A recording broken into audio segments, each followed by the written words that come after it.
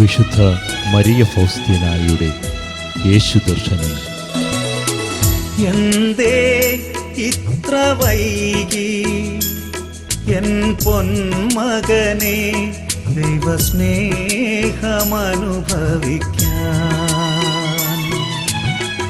എന്തേ ഇത്ര വൈകി എൻ പൊന്മകനെ ദൈവസ്നേഹമനുഭവിക്കാൻ?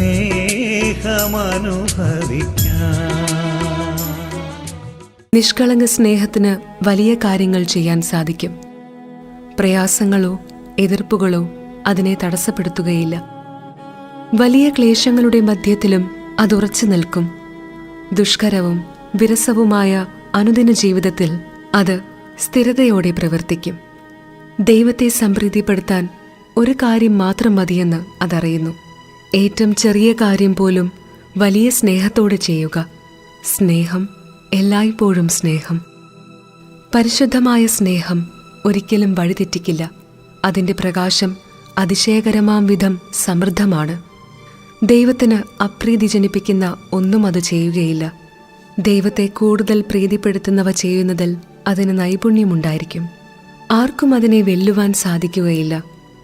പരിശുദ്ധമായ യാഗം പോലെ അർപ്പിക്കപ്പെടാനും തന്നെ തന്നെ ശൂന്യവൽക്കരിക്കാനും അതിന് സന്തോഷമായിരിക്കും. എത്രമാത്രം നൽകുന്നുവോ അത്രമാത്രം സന്തോഷം അതനുഭവിക്കും.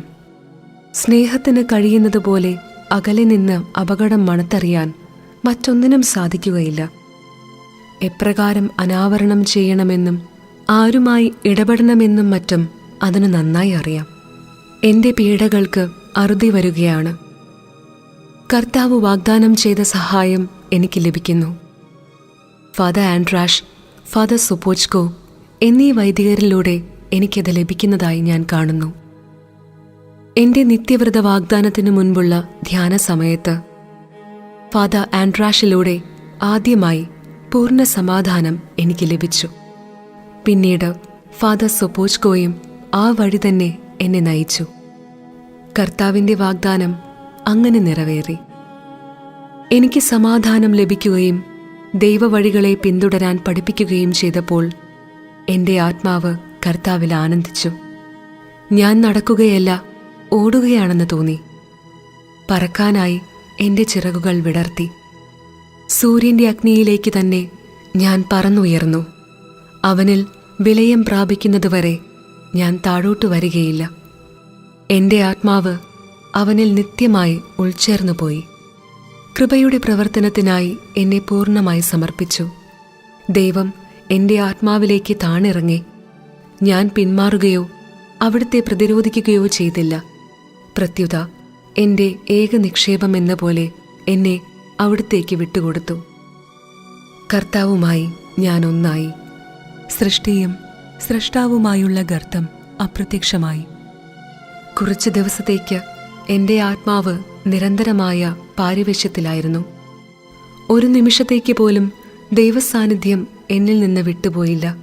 കർത്താവുമായി നിരന്തരം സ്നേഹൈക്യത്തിൽ എൻ്റെ ആത്മാവ് നിലകൊണ്ടു. എന്നാൽ എൻ്റെ അനുദിന ചുമതലകൾ നിറവേറ്റുന്നതിന് ഇതൊന്നും തടസ്സമായിരുന്നില്ല. സ്നേഹത്തിലേക്ക് രൂപാന്തരപ്പെട്ട പോലെ എനിക്ക് തോന്നി.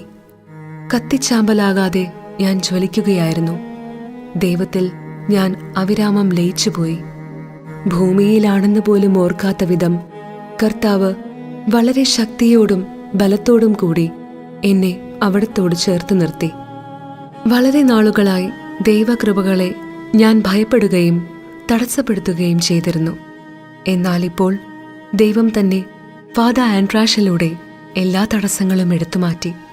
എൻ്റെ ആത്മാവ് സൂര്യന് അഭിമുഖമായി അവിടുത്തെ പ്രകാശത്തിൽ അവിടുത്തേക്ക് മാത്രമായി അത് വിടർന്നു പുഷ്പിച്ചു. മറ്റൊന്നും എനിക്ക് മനസ്സിലാകുന്നില്ല.